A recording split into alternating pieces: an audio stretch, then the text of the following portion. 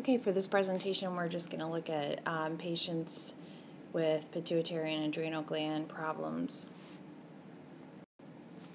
This is just a review of the hormones that are secreted from the anterior pituitary gland.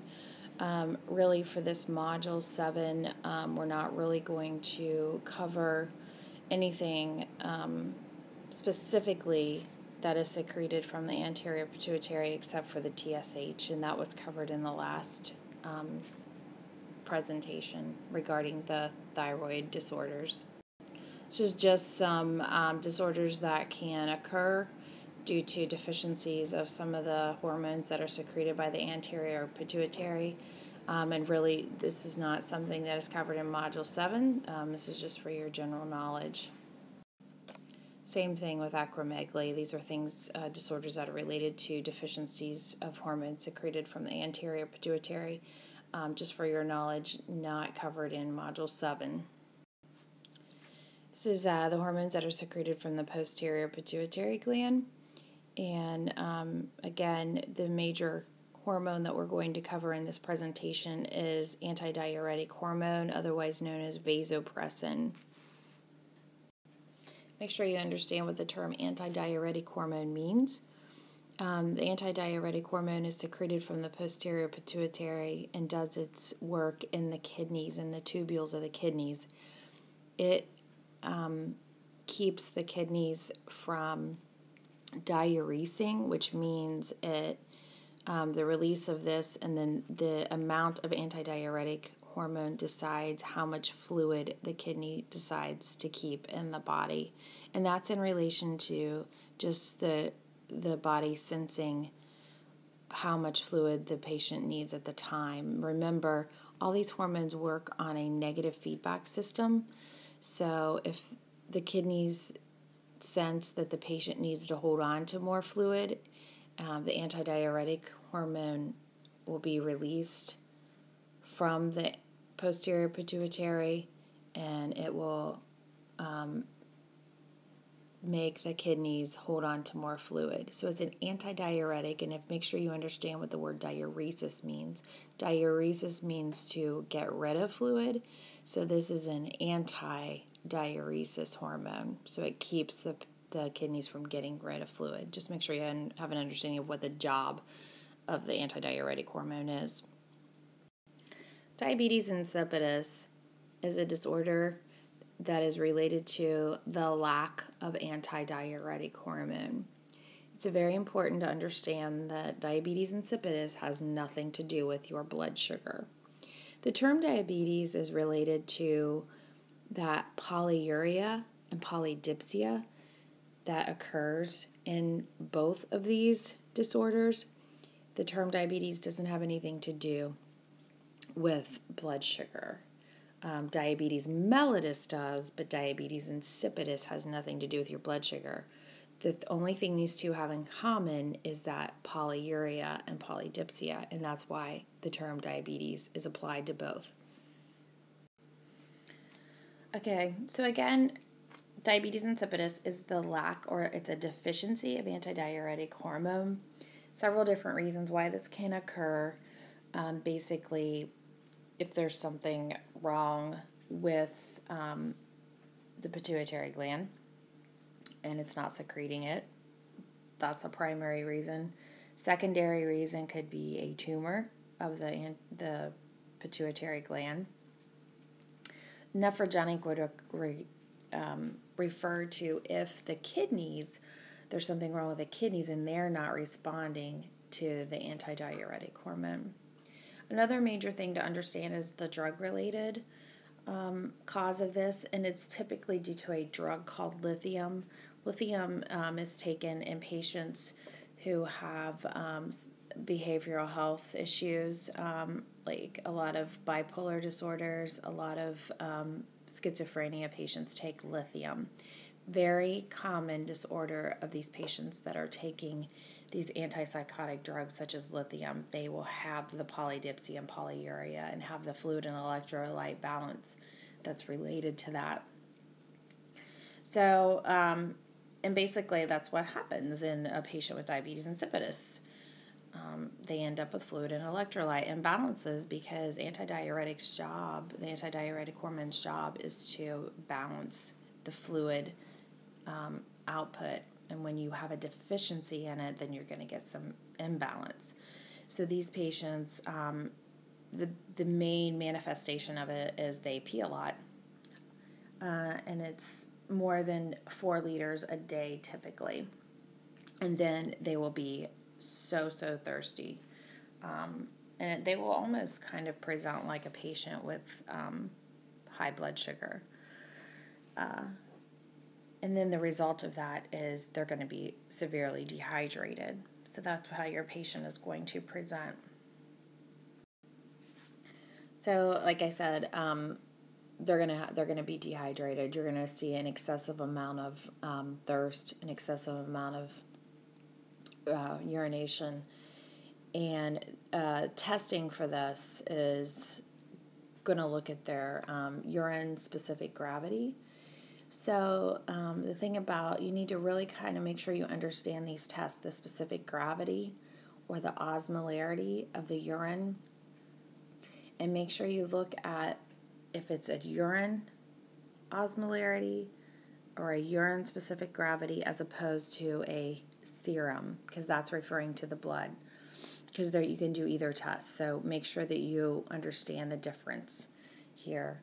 And then, so the patient's urine that they're putting out that has diabetes insipidus is going to have very, very clear urine and very dilute, because it's just, they're going to put out all their fluid. So it's going to have more fluid as opposed to osmolarity, which is the solutes that are in the urine. So it's going to be more fluid as opposed to solutes because they're putting out all their fluid. So that will give them a low urine-specific gravity and a low urine osmolarity. So make sure you have an understanding of both of those tests. So if you have a patient that has diabetes insipidus, that means they have a deficiency in the antidiuretic hormone for one reason or another. We're going to give them antidiuretic hormone. That is the treatment for it. Now, it depends on the reason why they have diabetes insipidus. If it's your patient that is showing these symptoms because of drug therapy such as lithium, they may not need the antidiuretic hormone as much as somebody that, for instance, has the primary problem with their pituitary gland, or they have the secondary cause, which would be a tumor of the pituitary. Basically, what they would do with those patients on lithium is they might adjust their lithium dose or maybe perhaps change their medication regimen, and that can be treat their symptoms. Now, a patient that has a pituitary disorder, they might need to be on lifelong therapy with an antidiuretic hormone. So the good news is we do have synthetic forms of antidiuretic hormone. We have something called desmopressin, which is DDAVP.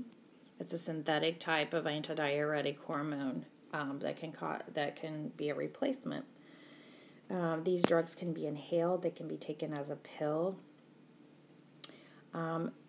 Nursing care of the patient on this drug is you're going to monitor their eyes and nose very closely, make sure that they are getting an adequate dose of the drug. The other form that can be given is called vasopressin or pitressin, which is, it actually is given parenterally, so it's an injection.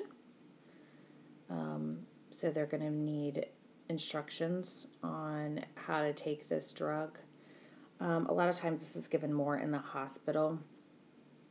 And again, you're going to monitor your patient's eye node very, very closely.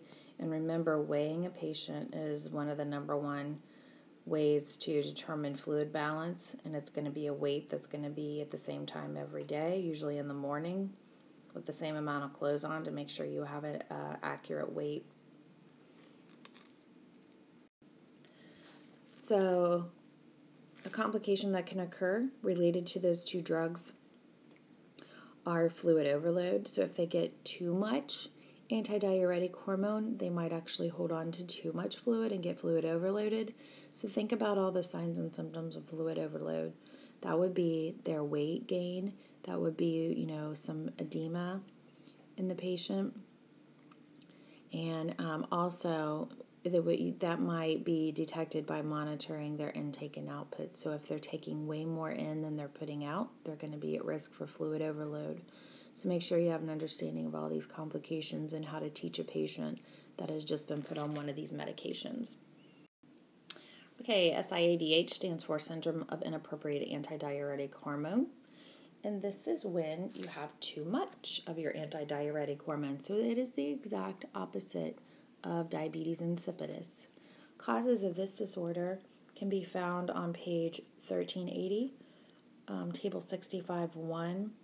Usually the most common cause is some type of a CNS disorder, the central nervous system. A lot of times it's a brain tumor.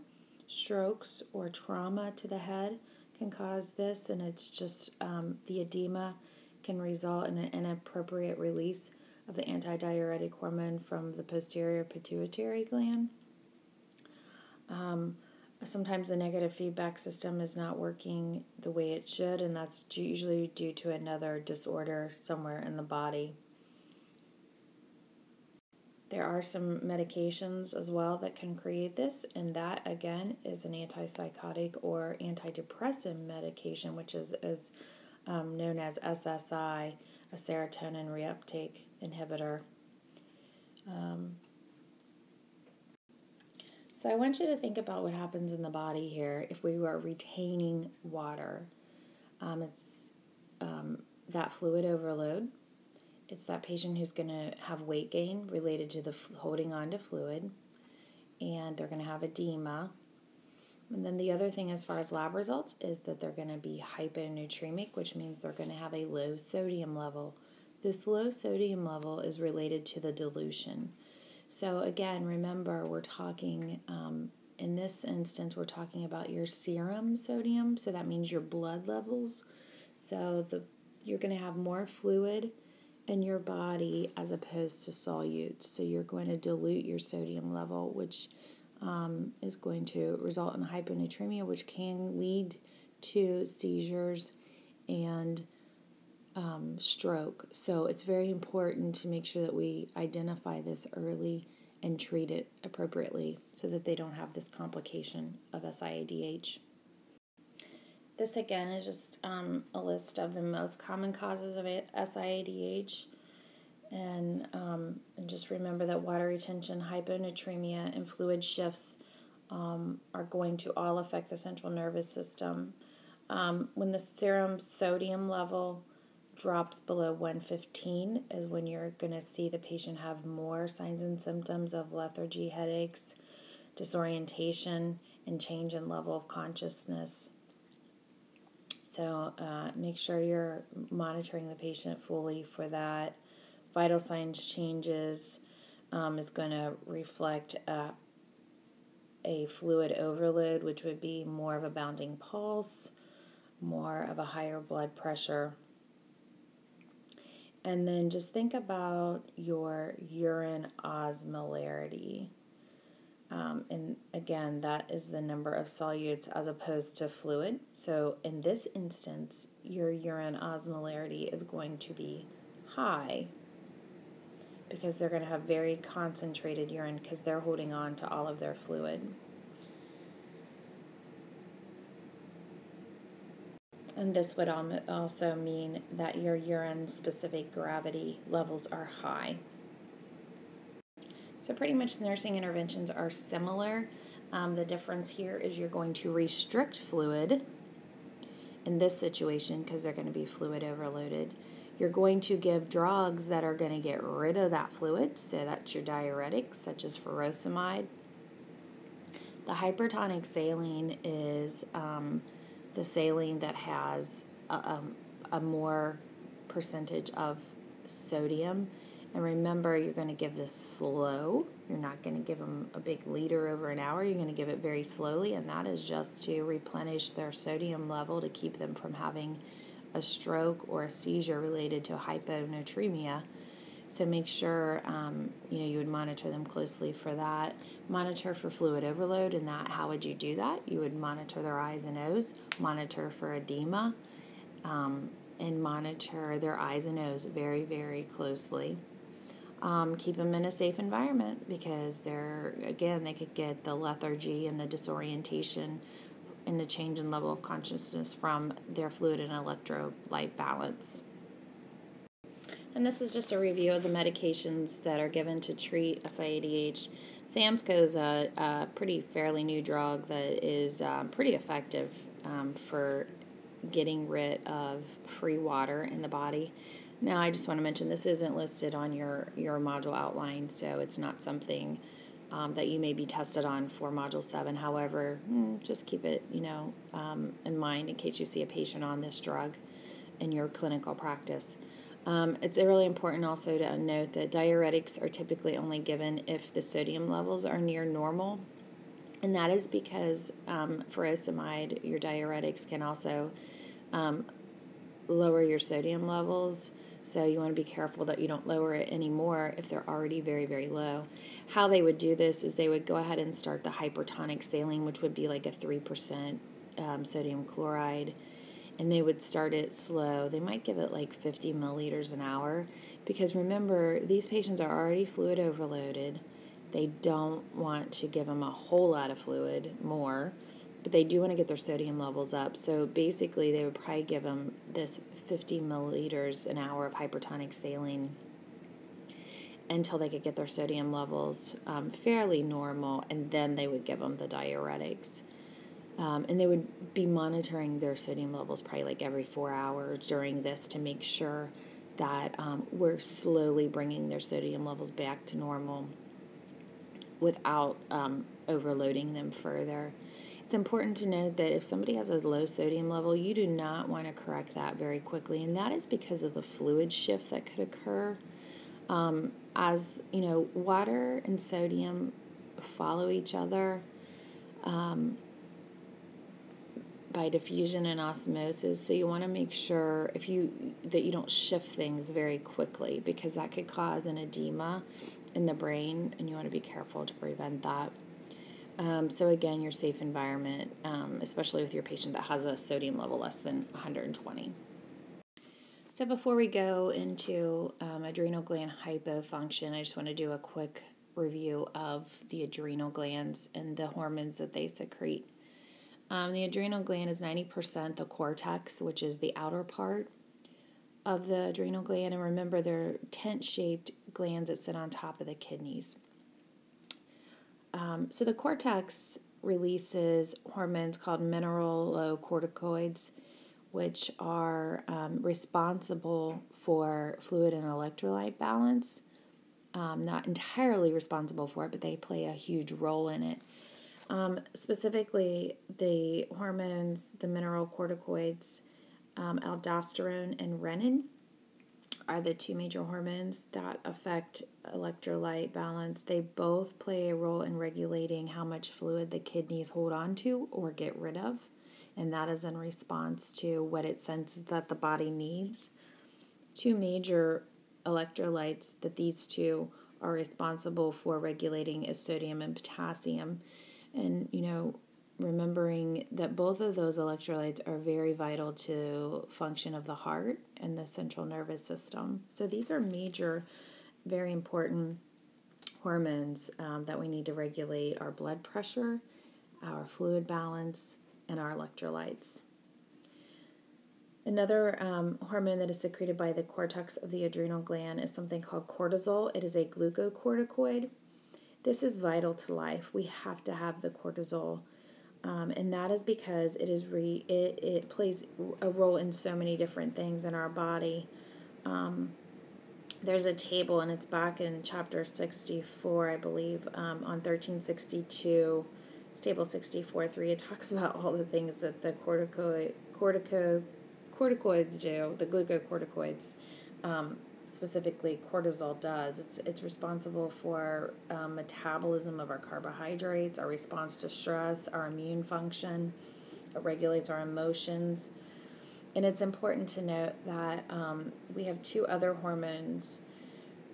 One is secreted by the anterior pituitary hormone. It's the ACTH, and that is secreted by the anterior pituitary gland, and that sends messages down to the adrenal glands to secrete cortisol. And then the other thing that can affect this level is the hypothalamus hormone, CRH, which is cortisol releasing hormone.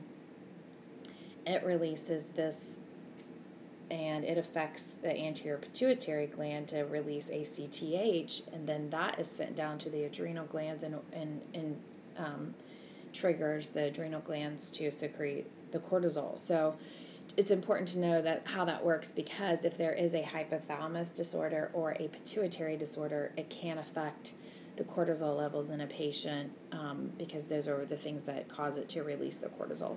So just something to make sure that you understand, because these are the causes of adrenal gland hypofunction. It can be a cause of it. So it can be directly an adrenal gland issue, or it can be more of a pituitary or a hypothalamic problem.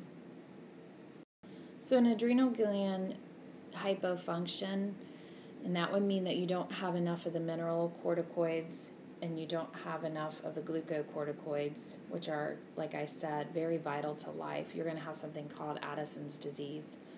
The other piece that I want to mention too is you also have the medulla of your adrenal gland, and the medulla releases your catecholamines, which are epinephrine and norepinephrine. We've talked about these two. These are they aid in your fight or flight response, and they are not terribly essential to life, because you actually get these from other areas of your body. Your other parts of your body secrete epinephrine and norepinephrine, so it can cause some problems, the deficiency of these from the adrenal glands, but they're not as vital to life as the glucocorticoids and the mineralocorticoids. So I just want to bring that up. There are primary and secondary causes of Addison's disease. They are listed on page 1382. It compares and contrasts the primary and the secondary reasons for Addison's disease on page 1382, table 65-2. Basically, the primary causes is, again, if the patient has a removal of their adrenal glands, sometimes AIDS, sometimes some radiation therapy can damage the adrenal glands, and sometimes it's just like an autoimmune disorder that's causing the adrenal glands to dysfunction. Secondary causes, again, like I said, it can be from the pituitary tumor or something wrong with the pituitary. There is a postpartum pituitary issue that can cause a Addison's disease. High-dose pituitary radiation, so if somebody, again, has had a pituitary tumor, that can cause Addison's disease. So there's also something called an Addison's crisis, which is a life-threatening situation that can occur with someone with Addison's disease. That is typically this can occur after a patient has a very stressful event. Somebody with Addison's disease has a very stressful event. Or the other thing that occurs in somebody that doesn't have Addison's disease is somebody that has suddenly been taken off high-dose glucocorticoid therapy, which is like a steroid therapy. Hydrocortisol can be given as a steroid for treatment of several disorders, a lot of times an autoimmune disorder, or sometimes like poison ivy, or patients who are have a lung problem. So the thing about these that you always need to know is that if somebody is on a steroid, they need to be tapered off of it, not abruptly taken off, especially if it's high dose, because they can end up in something called an Addison's crisis. So somebody in an Addison's crisis is going to have severe electrolyte imbalances, and that's, again, because, remember, the mineralocorticoids help to balance potassium and sodium and fluid. So if they're in a crisis, they're going to show signs and symptoms of severe electrolyte imbalance and severe fluid imbalance. There is a great chart with the treatment for this emergency situation on page 1382. It's chart 65-7. and it's threefold. You have to look at the hormone levels. They have to give the cortisol, which is typically hydrocortisone, and they usually give it either IV or IM. And so they have to replace the hormone that the patient has a deficiency in. They have to treat the electrolyte imbalance, which is going to be their hyperkalemia, which is high potassium. And that would be giving diuretics. Sometimes they give insulin. It's kind of interesting how this works. They give some insulin with some dextrose, and basically what that causes is a shift of potassium into the cells. So it gets it out of the serum and puts it into the cells so that it lowers the serum potassium level. And then you have to look at hypoglycemia as well, which could occur because of the loss of cortisol, because remember, it regulates carbohydrate metabolism. So that would be, of course, giving some glucose as well if needed. They definitely need to maintain IV access so that this can be treated. So I just want to go into the physical manifestations of adrenal insufficiency, what this patient is going to look like. Key features are listed on page 1382 in chart 65-8. The patient is going to have some definite skin disorders, not really disorders, but have some signs and symptoms you can see on their skin. And again, some neuromuscular manifestations due to a lot of the electrolyte imbalances. And they'll have some anorexia, some GI disturbances, and that's related to their electrolyte imbalance and their disorder of metabolizing carbohydrates. And remember, all the hormones, not all of them, but the majority of them that are released from the cortex of the adrenal gland are very vital to life. So this patient is going to have lots of manifestations. It's going to be a disorder of having a fluid and electrolyte balance. And it also causes something called hyperpigmentation, which causes them to have a darker skin appearance with primary adrenal corticosinsufficiency. So with Addison's disease, they're going to have a darker pigmentation. They also might appear to have vitiligo, which is increased body hair. I'm sorry, that is decreased body hair.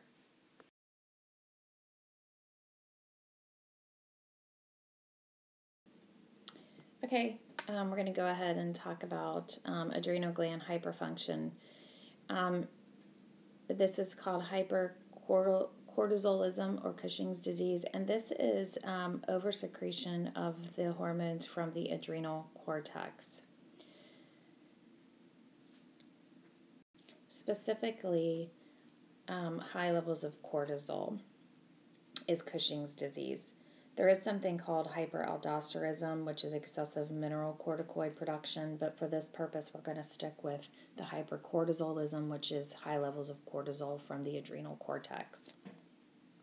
Causes for this disorder, again, can be something that is a disorder of the hypothalamus or the anterior pituitary gland, because remember, they have a piece in how all this functions.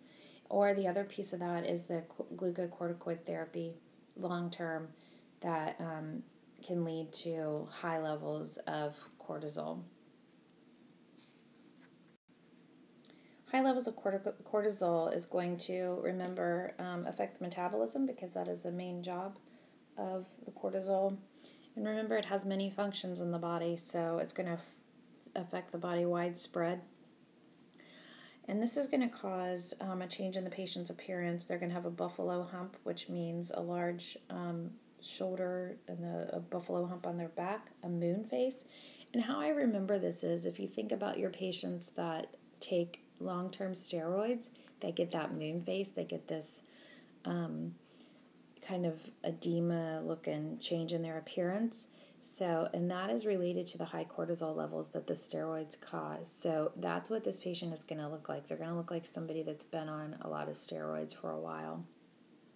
And again, like somebody who has been on long-term steroids, they're going to have a decreased immune response. And then the other piece of this, as far as physical appearance, is they're going to have an increased hair growth, which is called hirsutism, and it can cause a decrease in estrogen levels in females, so it can cause irregularity in their menstrual cycle.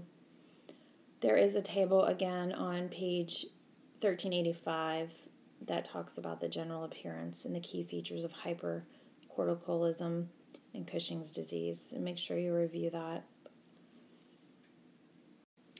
It's interesting to note that the most common cause of Cushing's disease is a pituitary tumor.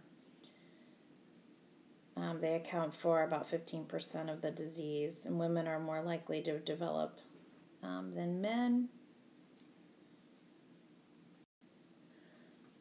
So looking at all of the skin and physical changes that occur with a patient with Cushing's disease, we're talking, like I said, the increased hair growth, the moon face, the buffalo hump.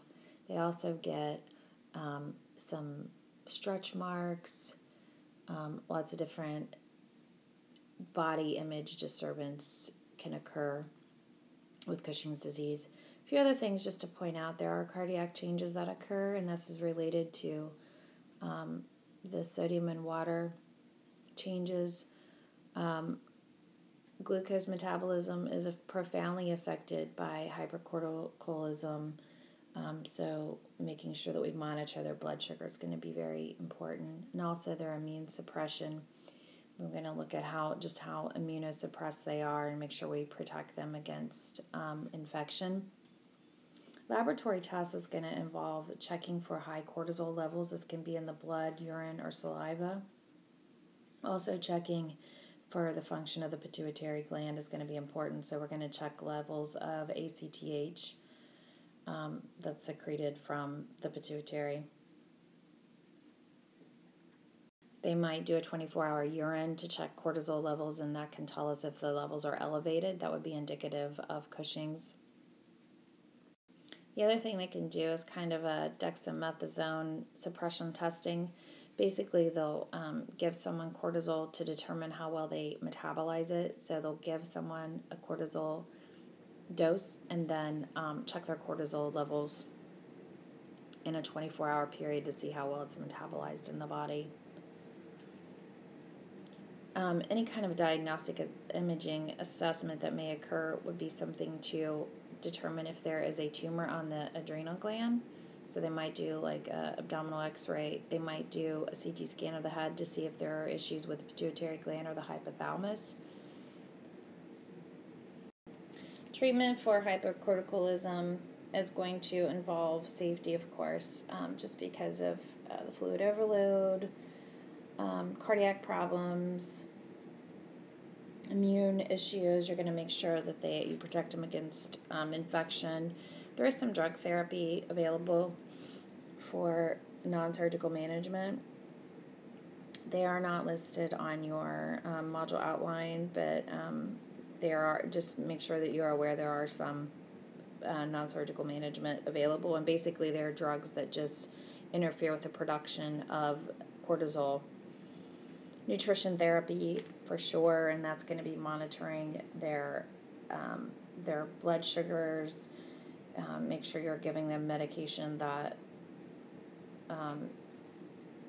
keeps their blood sugar in check. Make sure they're not getting hypoglycemic. Also monitoring, they might be on a low salt diet or low potassium diet, and that is related to their inability to regulate their potassium or sodium related to an adrenal gland issue. Of course, you're going to monitor their eyes and nose. Make sure that they're not getting fluid overloaded. There also are some radiation therapy that could be used to treat pituitary tumors or adrenal tumors, and that would be done to reduce the size of the tumor and to reduce the signs and symptoms of Cushing's or hypercortisolism. Surgical management may be required for one of these tumors, and that could be a removal of the pituitary gland or removal of the adrenals. Now, let's think about this. If we remove a pituitary gland, think of all the hormones that are secreted by the pituitary gland. So, postoperatively, these patients are going to need supplements for these hormones, because if you think about it, how much these hormones regulate the activity in the body, so it's going to be very important to monitor them closely. The adrenal ectomy as well. There's a lot of, like I said, there's a lot of vital hormones secreted from especially the cortex of the adrenals, so we're going to have to make sure that we supplement these patients who have just lost their ability to produce these hormones. One thing to note about your adrenals is the fact that you have two of them. So if they have to just remove one, you do have one adrenal gland left, and so it's not as vital as the pituitary gland that we only have one of. If we do remove both adrenals, if they're both diseased, then there's going to be a lot of replacement that is required. They're going to require lifelong cortisol replacement therapy. And those are listed on your module outline under corticosteroids. Prednisone Florinef is a common one. And basically what we're doing here, if we remove it, we're sending them into an Addison's disease, so that because they're going to have hypofunction. So it's going to be the treatment for Addison's disease, basically, is what the patient with the adrenalectomy is going to have. One thing to make sure, again, I think I've said this, but I want to just kind of say it again. Treatment with these corticosteroids, like again, I said it has to be lifelong treatment. They cannot abruptly stop these drugs because they will send themselves into an Addison's crisis, which is an acute adrenal insufficiency, which again is a life-threatening situation. So it's lifelong treatment with these steroids, and they cannot abruptly stop them. If they tell you, oh, I didn't take them because I couldn't afford them, or I didn't take them because I didn't feel good that day, that's a problem. They need to understand that that's not an option, that they need to always take this because their body, it doesn't have the ability now to make that, and as we said, it is very vital to life that they have these. There is a great table on page 1389, or it's a chart 6512. It talks about education for self-management of cortisol replacement therapy. So we need to review that, make sure they do all these things. It's talking about take it with meals or snacks, take them in divided doses so that they have like a daily dose of the cortisol, and then never skip a dose. They could wear a medication alert bracelet, which is important, and always follow up with their physician. And that concludes this video presentation in Module 7.